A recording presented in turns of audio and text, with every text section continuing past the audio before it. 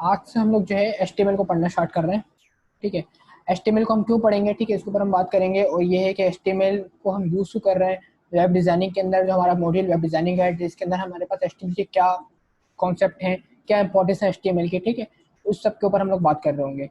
तो सबसे पहले अगर हम बात करें HTML की, HTML क्या है, तो उस पर आने से पहले मैं चाहूँगा कि आप लोग को ये बता दूँ कि वेबसाइट क्या होती है, और जो बेसिकली वेबसाइट के अंदर चीज़ें इन्वॉल्व होती हैं, उसमें कौन कौन सी चीज़ें ऐड हो रही होती हैं। ठीक है, तो अगर बात करें वेबसाइट की, वेब पेज की, तो आप लोगों ने यूज़ तो की होंगी वेबसाइट्स काफ़ी हद तक। आप फेसबुक यूज़ करते हैं, आप लोग गूगल यूज़ करते हैं, ठीक है, ये सारी के वेबसाइट्स हैं। वेबसाइट्स इज समथिंग जो कि आपके पास आपके वेब ब्राउजर के ऊपर रन हो रहा है। जिस तरीके से मेरे पास एक यहाँ पे एक वेबसाइट ओपन हुई है, ठीक है, ये मेरे पास एक वेबसाइट ओपन हुई है, ये मेरे पास व्हाट्सअप ओपन हुआ है। जब कोई भी आप सिंपल गूगल के ऊपर जाएंगे, ये आपके पास क्या है, एक वेबसाइट, एक वेब पेज है। यानी जो भी चीज़ को आपको एक्सेस करना है, उसके लिए अगर आपको वेब ब्राउजर चाहिए, यानी अगर आपसे मैं कहता हूँ कि आप फेसबुक को यूज़ करें या गूगल के ऊपर जाके ये कुछ सर्च कर लें, तो आपको क्या, आपके पास क्या रिक्वायरमेंट होती है, आप करते क्या, ब्राउजर को ओपन करते हो। ठीक है, ब्राउजर कोई भी हो सकता है, आपके पास गूगल क्रोम हो गया, ठीक है, एज हो गया आपके पास, या माइक्रोसॉफ्ट का जो इंटरनेट एक्सप्लोरर होता है वो हो गया, कोई सा भी ब्राउजर हो सकता है। उसके ऊपर आप जाएंगे, वहां पे आप कुछ टाइप करेंगे, यहाँ पे ये आपके पास क्या आती है, URL बार, ठीक है, इसके ऊपर भी बात करूंगा मैं। तो इसके ऊपर जब आप कुछ टाइप करते हैं, जो भी डिस्प्ले आपके पास पेज होता है, इस पेज को हम लोग नॉर्मली कह रहे हैं वेबसाइट। ठीक है, अगर यहाँ पे आप लिखेंगे व्हाट इज वेबसाइट, ठीक है, तो यहाँ पे आपके पास डिफरेंट जो है चीज़ें आपके पास ऐड हो रही होंगी, डिफरेंट इन्फॉर्मेशन यहाँ पे आपके पास डिस्प्ले हो रही होगी। अब ये जो डिस्प्ले हुआ है ना आपके पास, यहाँ से लेकर यहाँ तक का, ये पूरी की पूरी आपके पास वेबसाइट होती है। ठीक है, अब ये पूरी आपके पास वेबसाइट है जो कि HTML को देखा जाए तो HTML के ऊपर बेस कर रही है कहीं ना कहीं हद तक, लेकिन सिंपल HTML भी नहीं है। यहाँ पे HTML के साथ साथ और भी काफी चीजें इन्वॉल्व होती है इसके अंदर। लेकिन HTML अगर कहा जाए कोर कॉन्सेप्ट है, एक बिल्डिंग ब्लॉक है, तो ये बात गलत नहीं होगी। यानी वेबसाइट या वेब पेज को अगर आपको क्रिएट करना है, ठीक है, तो उसके लिए आपके पास HTML तो इनिशियल है, लाजमी लाजमी आपको HTML तो आना चाहिए। HTML का यूज पता होना चाहिए कि HTML का यूज आप कैसे करेंगे, HTML का इसमें रोल क्या है। ये उसी तरीके से, जिस तरीके से अगर आपको मतलब एक घर बनाते हैं, ठीक है, तो उसमें ये है कि जिस तरीके से वहाँ पे ब्लॉक्स का एक रोल रोल होता है ना, कि ब्लॉक्स कहाँ पे लगेंगे।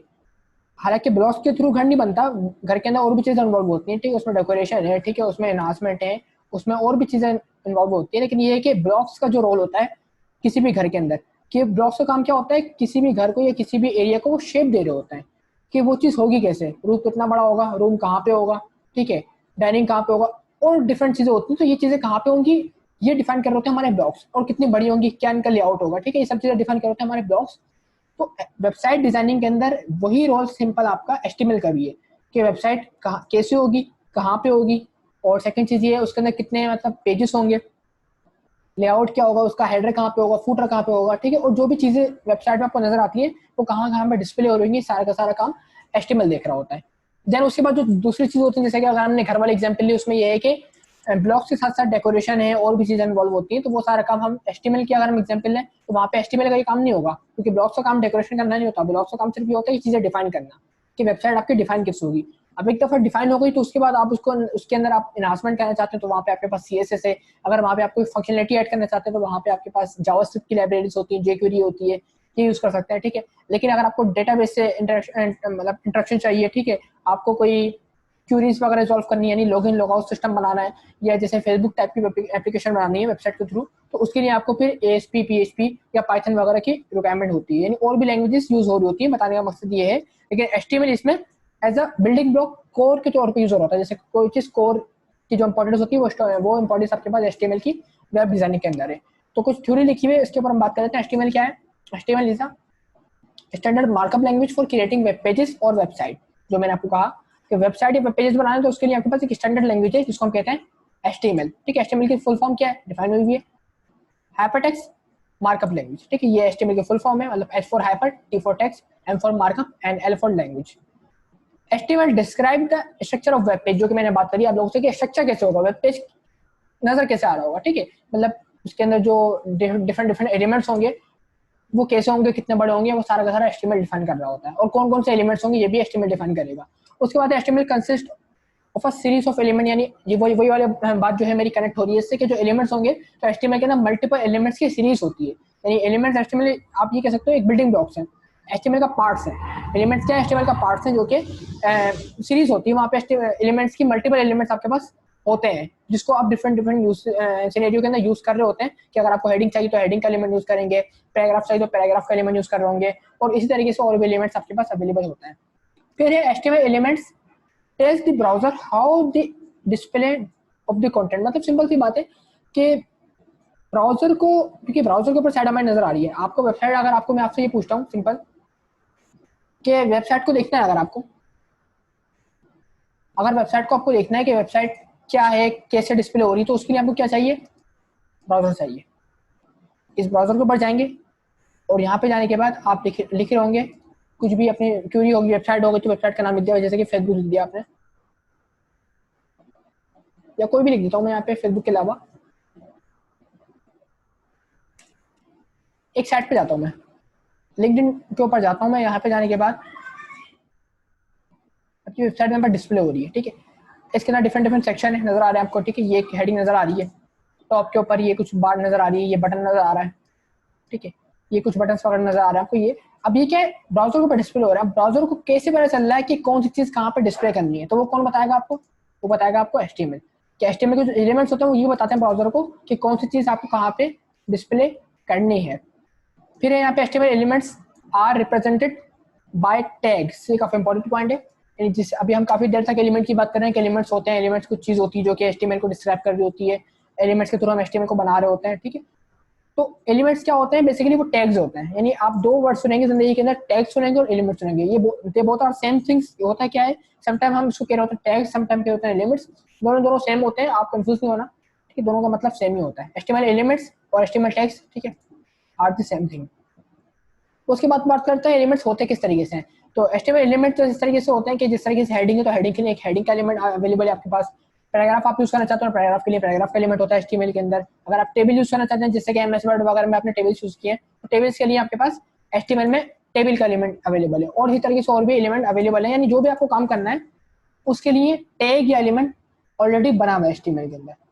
फिर है ब्राउजर, काफी इंपॉर्टेंट पॉइंट है, browser does not display the HTML tags but use them to render the content of the web page. इसके ऊपर हम बाद में बात करेंगे, जब हम इसको प्रैक्टिकल कर लेंगे ना थोड़ा, तब आपको चीज क्लियर हो जाएगी कि ये क्या, इस पॉइंट में हम क्या बात कर रहे हैं, ठीक है। और एक लास्ट पॉइंट इसके ऊपर डिस्कस कर लेते हैं, फिर हम आते हैं प्रैक्टिकल वर्क की तरफ कि प्रैक्टिकली HTML को हम इंप्लीमेंट कैसे कर रहे होंगे।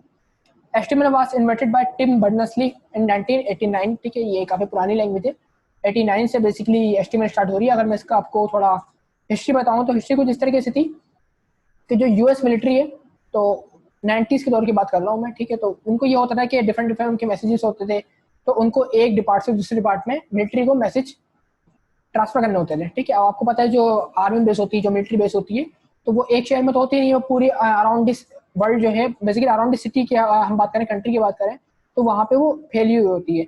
तो वहाँ पे 90s के दौर में अगर उनको मैसेजेस ट्रांसफर करने थे जो कि काफ़ी सेंसिटिव होते थे मैसेज और क्रिटिकल होते थे, जो कि ऑब्वियसली बात है कंट्री के लिए होते थे, तो मिलिट्री को ऐसा कोई मीडियम नजर नहीं आया वहाँ पे जिसके थ्रू वो मीडियम आपके अपने मैसेजेस को, अपनी कम्युनिकेशन को बिल्डअप कर सकें, एक डिपार्ट से दूसरे डिपार्ट पर सेंड कर सकें। तो उस पर्पस के लिए, यानी मैसेजिंग को एक रिलायबल वे प्रोवाइड करने के लिए, एक सफिशिएंट वे आपके पास प्रोवाइड करने के लिए एक वेबसाइट का इन्वेंट हुआ, ठीक है। टिम बर्नर्स-ली जो साइंटिस्ट थे, कंप्यूटर साइंटिस्ट थे, इन्होंने एक वेबसाइट को इन्वेंट किया जिसके थ्रू क्या होता था कि जो मैसेजेस हैं वो एक जगह से दूसरी जगह ट्रांसफर होते थे। बेसिकली जो वेबसाइट का स्ट्रक्चर है, जो वेबसाइट का जो पर्पस है, वो आज भी यही है कि एक जगह से दूसरी जगह आपकी इन्फॉर्मेशन ट्रांसफर हो रही है। अगर आप गूगल की बात करें तो गूगल के ऊपर आप कुछ लिखते हैं तो वो डेटा जो आपके पास आ रहा होता है वो आपके पास अवेलेबल नहीं होता, वो किसी और सर्वर पे किसी और कंट्री से आपके पास आ रहा होता है, ठीक है। तो यही पर्पस है वेबसाइट का कि बेसिकली कम्युनिकेशन करना और साथ साथ इन्फॉर्मेशन को शेयर करना विथ ईच अदर, ठीक है। तो ये पर्पस था वेबसाइट को डेवलप करने का। फिर हुआ क्या कि मिलिट्री में ये पहले प्रोजेक्ट काफी हद तक चलता रहा, ठीक है। वहाँ पे जब ये प्रोजेक्ट सक्सेसफुल हो चुका तो उन्होंने क्या कहा कि इन्होंने ये कहा कि इसको पब्लिकली इसको अवेलेबल कर दिया जाता है। वेबसाइट पे जो बनी थी वो मिलिट्री के लिए बनी थी, फिर उन्होंने 90s के दौर में ही इसको पब्लिकली अवेलेबल कर दिया कि हर कोई जो आम यूजर्स हैं, जो आम जो है पीपल हैं, वो भी इस वेबसाइट को यूज कर सके। तो 89 से लेकर ये प्रोजेक्ट चल रहा है और आज तक आप देख सकते हैं वेबसाइट्स कहाँ से कहाँ पहुंच गई हैं। इसमें गूगल है, यूट्यूब है, व्हाट्सअप है, फेसबुक है, ये ठीक है। ये एक अचानक नाम है जो कि आप लोग यूज कर रहे हो, तो इस लेवल की वेबसाइट आज हम लोग यूज कर रहे हैं। और मतलब फ्री ऑफ कॉस्ट है, समटाइम कुछ पेड भी होती है, लेकिन ज्यादातर जो मोस्टली वेबसाइट्स है वो फ्री ऑफ कॉस्ट ही होती है, ठीक है। अब फ्री ऑफ कॉस्ट क्यों है इसके ऊपर भी हम बात करेंगे कि वेबसाइट ऑनर किस तरीके से अर्न कर रहे हैं, ठीक है। वो जब जैसे फेसबुक है, फेसबुक तो फ्री है ना, अब फेसबुक का मालिक किस तरीके से अर्न कर रहा है इसके ऊपर भी हम बात करेंगे अपने कोर्स के अंदर। यानी वेबसाइट डिजाइनिंग से लेकर वेबसाइट के डेवलपमेंट तक, बिजनेस तक हम पूरी इसको लेकर चल रहे होंगे चीज़ों को। लेकिन आज का जो टॉपिक हमारा वो सिंपल वेबसाइट का इंट्रोडक्शन है, तो क्लास को वहीं तक रखेंगे। तो फिलहाल अब मैं आता हूँ प्रैक्टिकल वर्क की तरफ कि HTML के अंदर हम लोग वेबसाइट का स्ट्रक्चर या जो हम टैग की बात कर रहे हैं, टैग जो होते हैं, एलिमेंट्स होते हैं, उसको किस तरीके से डिजाइन करेंगे, किस तरीके से डेवलप करेंगे, और एट द एंड इसके पास आपके पास जो आउटपुट आएगा ब्राउजर के ऊपर वो किस तरीके से आ रहा होगा, तो उसके ऊपर हम बात करते हैं।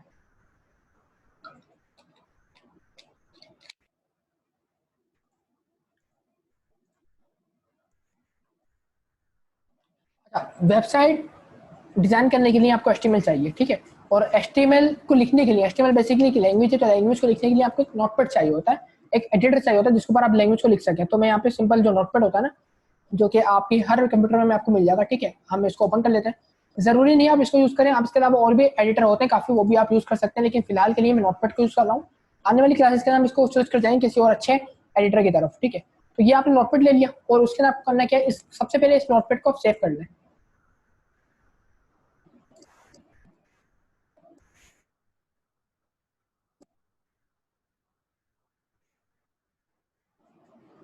यहाँ पे आता हूँ और यहाँ पे मैं एक फोल्डर क्रिएट कर लेता हूँ HTML का, ठीक है। आप कहीं पे भी सेव कर सकते हैं, D drive, E drive, desktop, जहाँ पे भी आपको सही लगती है फाइल, वहाँ पे आप सेव कर सकते हैं फाइल को। तो उसी तरीके से फाइल सेव हो रही है जिस तरीके से कोई भी एक्सेल की फाइल सेव होती है, कोई भी वर्ड की फाइल सेव होती है, ये सेम उसी तरीके से फाइल सेव होगी आपके पास, ठीक है। लेकिन नोट करिएगा यहाँ पे जो फाइल सेव होगी ना, वो थोड़ी अलग अंदाज में होगी। वो ये होगा कि यहाँ पे जो सबसे पहले होता है फाइल का नाम क्या है, फाइल का नाम मैं दे रहा हूँ यहाँ पे इंडेक्स, कोई भी नाम दे सकते हैं, मैंने इंडेक्स दे दिया। उसके बाद लिखा हुआ .txt। .txt क्यों लिखा हुआ, क्योंकि ये टेक्स्ट फाइल है, लेकिन मैं यहाँ पे क्या बनाना चाह रहा हूँ, मैं यहाँ पे बनाना चाह रहा हूँ HTML की फाइल। तो आपको करना क्या है, आपको फाइल नेम डिफाइन करना है इंडेक्स, और उसके बाद डॉट लगाना है। डॉट के बाद होती है फाइल की एक्सटेंशन, एक्सटेंशन कहते हैं हम फाइल के टाइप को। तो यहाँ पे आपको हमेशा लिखना है HTML, तब जाके आपकी जो नोटपैड की फाइल है वो HTML के अंदर जाके कन्वर्ट हो जाएगी। ये काफी इंपॉर्टेंट चीज होती है। आपको दो चीजें होंगी फाइल के अंदर, एक फाइल का नाम होगा और फाइल की एक्सटेंशन होगी। तो नाम जो होता है आपका वो तो कुछ भी हो सकता है, इंडेक्स लिख दो, ABC लिख दो, it would be anything. But यहाँ पे जो HTML आ रहा है ये कांस्टेंट रहेगा, हमेशा आपको ऐसे के ऐसे लिखना है, नहीं तो फिर आपकी जो फाइल है वो HTML की फाइल नहीं बन जाएगी, वो एक वेब पेज नहीं बन पाएगा, ठीक है। देन आपको इसको सेव, ठीक है, सेव कर लिया। यहाँ पे लिखा हुआ है index.html, ठीक है।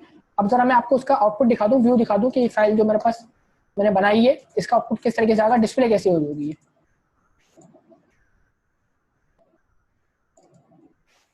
देखिए जी, ये मैंने फाइल बनाई थी। अब इस फाइल को अगर आप गौर से देखें, इसके ऊपर जो आइकन बना हुआ आ रहा है वो आ रहा है गूगल क्रोम का। यानी ये एक ऐसी फाइल है जो कि गूगल क्रोम पे ओपन होगी। क्यों ओपन होगी, क्योंकि ये एक वेब पेज है, एक वेब फाइल है। अगर यहाँ पे आप देखें टाइप के अंदर आके तो क्या लिखा हुआ आ रहा है यहाँ पे, अगर मैं इसको जूम करके दिखा दूँ, क्रोम HTML डॉक्यूमेंट। ये एक HTML डॉक्यूमेंट है जो कि क्रोम के ऊपर ओपन होगा। क्रोम क्योंकि मेरा web browser by default set हुआ है, आपके पास जो भी ब्राउजर सेट होगा ना, आपको ओपेरा हो गया, फायरफॉक्स हो गया, जो भी ब्राउजर आप यूज करते हैं, तो उसका आइकन बना हुआ होगा यहाँ पे कि जब भी आप इस फाइल को ओपन करेंगे, जैसे वर्ड की फाइल वर्ड पे ओपन होती है, सही है, आपके पास जो एक्सेल की फाइल है एक्सेल पे ओपन होती है, उसी तरीके से जो HTML की फाइल है वो कहाँ पे ओपन होगी, वो आपके वेब ब्राउजर पे ओपन होगी। और वेब ब्राउजर को आपको पता है वेब ब्राउजर पे क्या चीज ओपन होती है, वेब ब्राउजर के ऊपर वेबसाइट ओपन होती है। बात समझ में आई। तो इसका मतलब ये है कि हमने जो एक पेज बनाया है वो भी एक तरीके से कहीं ना कहीं हद तक, अगर वेबसाइट कहूँ मैं इसको तो गलत बात नहीं होगी, ये बिल्कुल इनिशियल है वेबसाइट का, ठीक है। मैं डबल क्लिक करता हूँ तो देखें मेरे पास ये वेबसाइट इसने ओपन कर दी। अब आप देख सकते हैं बिल्कुल खाली है, बिल्कुल ब्लैंक पेज पड़ा हुआ है, क्योंकि अभी हमने जो इसी कोडिंग है वो बिल्कुल नहीं लिखी, खाली पड़ी हुई है ना हमारे पास, HTML की फाइल तो खाली पड़ी हुई है, इसमें कुछ लिखा हुआ नहीं मैंने। अब यहाँ पे जो जो मैं कोड करूंगा उसका आउटपुट मेरे पास यहाँ पे रेंडर हो रहा होगा, यहाँ पे डिस्प्ले हो रहा होगा। जिस तरीके से ये वेबसाइट आपको नजर आ रही है, तो यहाँ पे क्या हुआ, उसके बैक एंड के ऊपर कोडिंग हुई हुई है, तो उस कोडिंग का आउटपुट आपको यहाँ नजर आ रहा है। तो ये सेम कोडिंग हम अपने HTML में कर रहे होंगे और उसका आउटपुट हमारे को इस पेज के ऊपर मिल रहा होगा, ठीक है जी। तो यहाँ तक हमने बात कर ली है। उसके बाद हम आगे बढ़ते हैं कोडिंग की तरफ कि हम एक्चुअल में इसमें कोडिंग करेंगे क्या और कौन सी कोडिंग होगी जो हमारे लिए जो वेबसाइट के स्ट्रक्चर के लिए और बिल्डिंग ब्लॉक्स बनाने के लिए कंपलसरी होती है, जरूरी होती है। तो उसके लिए मैं यहाँ पे आता हूँ और यहाँ पे आने के बाद कुछ बेसिक टैग्स एलिमेंट्स,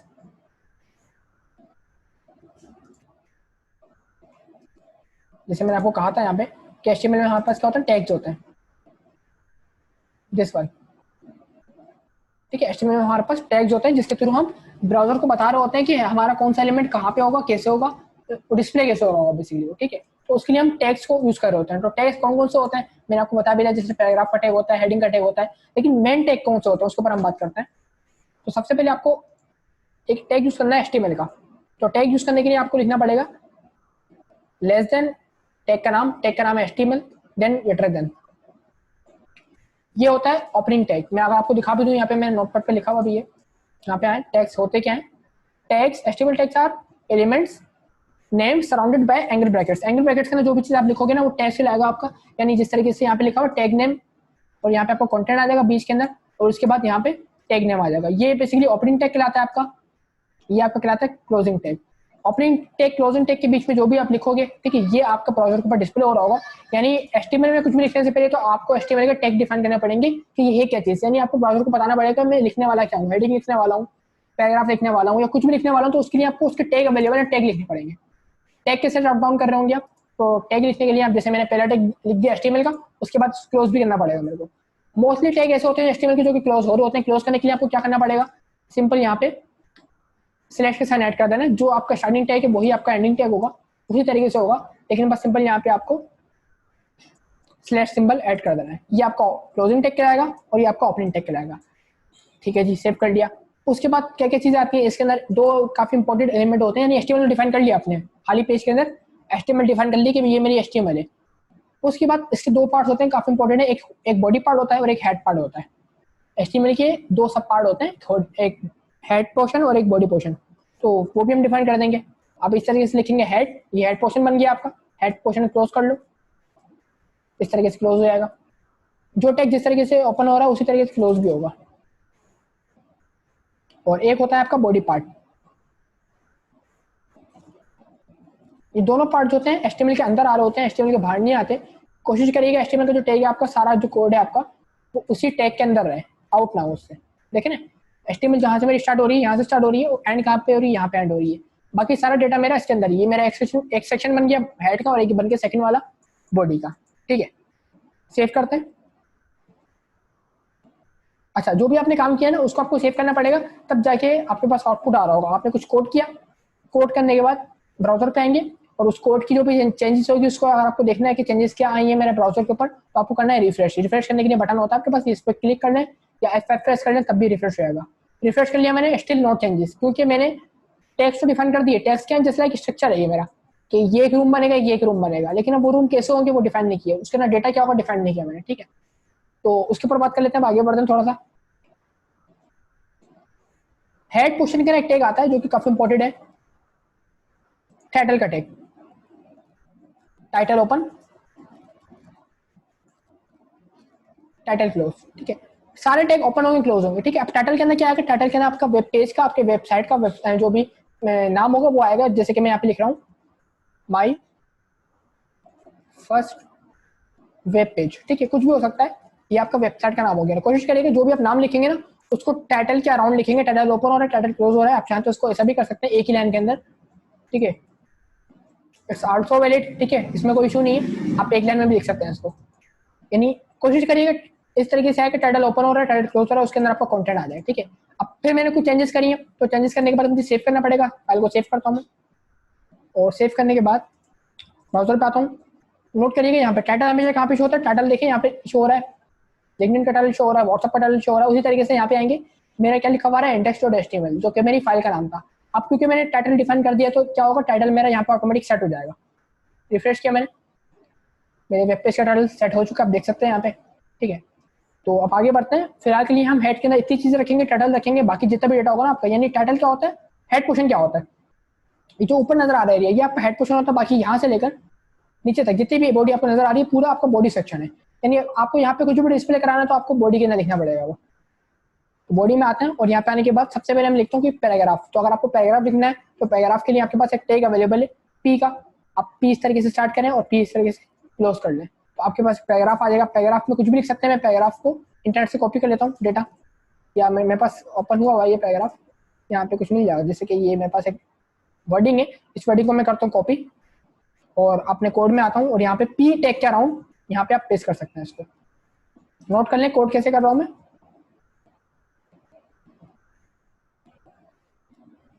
आप चाहें तो इसको लाइन बाय लाइन भी लिख सकते हैं और चाहें तो आप इसको लाइन ब्रेक भी कर सकते हैं।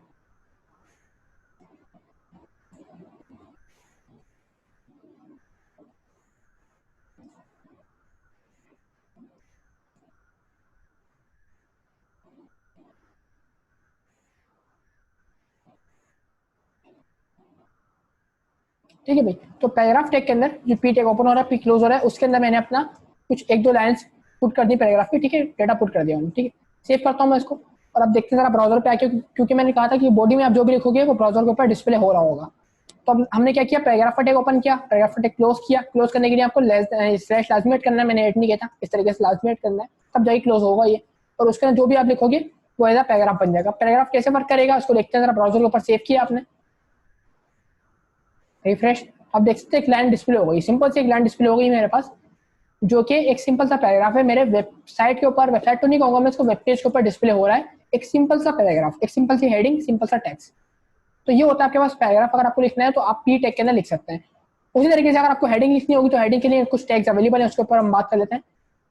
हेडिंग के लिए 6 टाइप के टैग्स अवेलेबल हैं, जो कि हेडिंग 1, हेडिंग 2, हेडिंग 3 से लेकर हेडिंग 6 तक हेडिंग्स होती है, यानी एचटीएमएल के अंदर 6 लेवल की हेडिंग्स आपके पास अवेलेबल है। तो आप वो सारी की सारी यूज कर सकते हैं। उनमें फर्क क्या होता है उसको हम देख लेते हैं। पहली हेडिंग को हम डिनोट करते हैं H1 से, और H1 क्लोज होगा इस तरीके से। फिर यहाँ पे मैं लिख दूंगा हेडिंग 1, हेडिंग 1 इस तरीके से। और फिर हम जो सेकंड हेडिंग होती है हमारी उसको हम लिखते हैं हेडिंग 2 इस तरीके से। एक क्लोज कर लिया मैंने हेडिंग 2 का।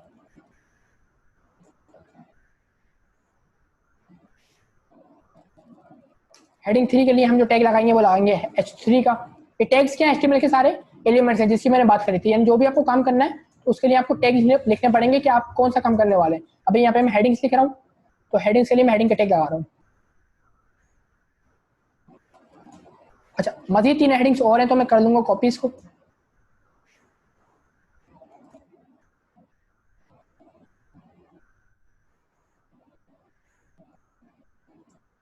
हेडिंग 4 हो गई।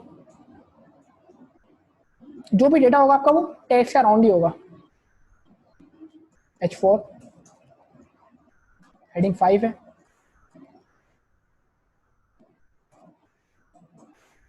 और लास्ट के अंदर जो सबसे स्मॉलेस्ट यूनिट है हेडिंग का हमारा वो है हेडिंग 6।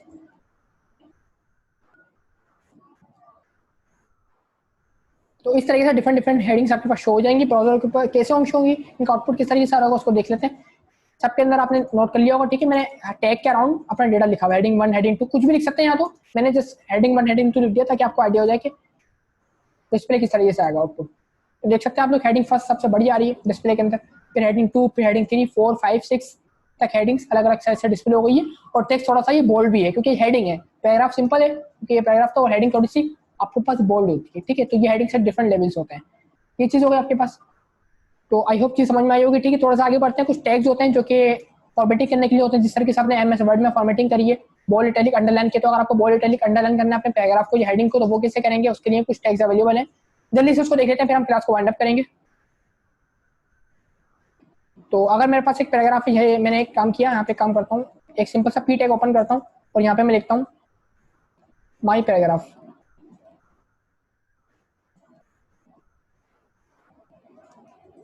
मैंने यहाँ पे माई पैराग्राफ लिख दिया। ये तो सिंपल पैराग्राफ है मेरे पास, लेकिन अगर मैं इसको बोल्ड इटैलिक करूंगा तो वो किस तरीके से करूंगा, तो उसके लिए एक टैग अवेलेबल होता है आपके पास, वो साथ साथ आप लिख सकते हैं। यानी पैराग्राफ के अंदर ही आपने यूज कर लिया बी का टैग। बी का टैग क्या करता है, आपके पैराग्राफ को बोल्ड कर देगा। और बी जहाँ पहले, क्योंकि बाद में क्लोज ओपन हो रहा है ना, तो बाद में क्लोज भी होगा ये इस तरीके से। यानी पहले पी ओपन हुआ फिर बी ओपन हुआ, यानी B, P for paragraph, B for bold करना हमारे को। ये हमारा डेटा आ गया। उसके बाद पहले, क्योंकि शुरू में क्या हुआ था, बी था, तो यहाँ पे शुरू में बी ही क्लोज होगा और लास्ट के अंदर आके पैराग्राफ क्लोज होगा। इसी तरीके से मजीद भी कुछ टैग्स होते हैं बोल्ड के लिए। पहले मैं दिखा दूँ बोल्ड के अंदर नॉर्मल के अंदर फर्क क्या होता है।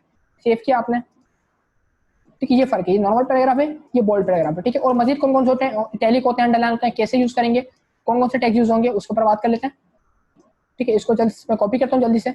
और यहाँ पे आने के बाद इटैलिक के लिए आपके पास जो टैग अवेलेबल है वो आई का टैग अवेलेबल है। और इसी तरीके से जो अंडरलाइन के लिए आप टैग यूज करते हैं वो आपको, आई गेस आपने कर लिया होगा, अज्यूम वो है यू का टैग। यू का मतलब होता है अंडरलाइन। तो पैराग्राफ तो है साथ साथ, लेकिन ये अंडरलाइन भी है। और इसी के साथ साथ एक होता है आपके पास डेल का टैग। डेल का मतलब डिलीट कर देना, कोई लाइन आ जाएगी डिलीट सिंबल से यहाँ पे, जैसे एक्सट्रैक्ट थ्रू होता है उस तरीके से होगा। और एक होता है आपके पास मार्क का टैग, मार्क कर देगा ये आपको, आपके पैराग्राफ को मार्किंग कर देगा, ठीक है। और सब स्क्रिप्ट सुपर स्क्रिप्ट आप लोगों ने पढ़े होंगे, वो भी टैग अवेलेबल है आपके पास। एसयूपी करेंगे, एसयूपी का मतलब है सब स्क्रिप्ट, एसयूपी का मतलब है सुपर स्क्रिप्ट। तो ये आपका जो जैसे क्वेश्चंस होती है वैसा बन जाएगा पैराग्राफ। और SUP कर लिया मैंने यहाँ पे, तो सुपरस्क्रिप्ट के लिए बन गया टैग। ठीक है, सेव किया मैंने इसको। आउटपुट देखते हैं इसका, हम देख सकते हैं डिफरेंट आपके पास पैराग्राफ के आउटपुट आपको शो हो रहे हैं। ठीक है, ये नॉर्मल पैराग्राफ है, ये बोल्ड है, ये इटैलिक है, ये अंडरलाइन है, ये डिलीट है, ये मार्क है, ये सब स्क्रिप्ट और ये सुपर स्क्रिप्ट है। ठीक है, तो इस तरीके से आप जो है फॉर्मेटिंग कर सकते हैं अपने डिफरेंट पैराग्राफ्स की। अच्छा, यही सारी फॉर्मेटिंग हेडिंग के ऊपर भी सेम कैपेबल होती है, यानी जिस तरीके से आपने अभी पैराग्राफ को अंडरलाइन वगैरह किया, उस तरीके से आप हेडिंग को भी कर सकते हैं। जैसे कि मैं यहाँ पे आता हूँ H1 के ऊपर और यहाँ पे आने के बाद इसको करता हूँ थोड़ा सा अंडर इटैलिक करता हूँ, तो इटैलिक के लिए एक टैग अवेलेबल है आई का, मैंने आपको बता चुका हूँ। आई ओपन करेंगे और आई को हेडिंग के बाद क्लोज कर देंगे। ठीक है, तो इस तरीके से आपके पास हेडिंग भी आपकी इटैलिक हो जाएगी। देख सकते हैं पहली हेडिंग मेरे पास थोड़ी इटैलिक हो गई है। अच्छा, एक चीज मैं आपको मेंशन करता चलूँ, यहाँ पे जो इटैलिक और बोल्ड हो रहा है ना, इसके लिए दो टैग्स और भी अवेलेबल है, उसको भी देख लें कि आपने इटैलिक आई से तो किया, आप इटैलिक जो है एक काम और भी होता है, टैग और भी अवेलेबल है, वो है EM का। इसके थ्रू भी आप इटैलिक कर सकते हैं। इसका मतलब होता है एम्फेसाइज करना टेक्स्ट को अपने, तो इसके थ्रू भी आप अपनी हेडिंग को इटैलिक कर सकते हैं। और जिस तरीके से बोल्ड आपने B से किया था, उसी तरीके से अगर आपको बोल्ड करना हो, B से तो मैं करके दिखा दूं पहले, अगर आपको B से बोल्ड करना है तो वो तो पॉसिबल है, लेकिन साथ साथ एक और टैग अवेलेबल है स्ट्रॉन्ग का, उसके थ्रू भी आप चीजों को बोल्ड कर सकते हैं। स्ट्रॉन्ग का टैग कैसे होगा वो भी देख लेते हैं। स्ट्रॉन्ग, ठीक है, स्ट्रॉन्ग ओपन करेंगे और स्ट्रॉन्ग को क्लोज कर देंगे। तो इस तरीके से भी आप चीजों को बोल्ड कर सकते हैं। यानी इटैलिक के लिए दो टैग अवेलेबल है, आई का टैग और EM का टैग, और बोल्ड के लिए दो टैग अवेलेबल है, B का और स्ट्रॉन्ग का। सेव कर लिया मैंने, रिफ्रेश किया, आप देख सकते हैं चीजें आपकी जो हमने चीजें अप्लाई करते हैं एज इट इज जो है चीजें अप्लाई हो रही हैं। अच्छा, यहाँ पे मैंने एक मिस कर दिया, वो ये है कि यहाँ पे इनको क्लोज नहीं किया, जब भी वो सबके ऊपर अप्लाई हो गया। जी, क्लोज करना लाजमी होता है, तभी वो स्पेसिफिक चीज पर अप्लाई होगा। ठीक है, आप देख सकते हैं आप लोग सिर्फ 2 पे अप्लाई हुआ है, बाकी चीजें हमारी नॉर्मल है। तो आई होप चीज समझ में आई होगी। बाकी चीजों को हम नेक्स्ट क्लास में डिस्कस करेंगे कि आगे कौन कौन से टैग्स होते हैं और बाकी हम चीजों को किस तरीके से HTML के अंदर इंप्लीमेंट कर रहे होते हैं। ठीक है, तो बाकी चीजों को हम नेक्स्ट क्लास में देखते हैं।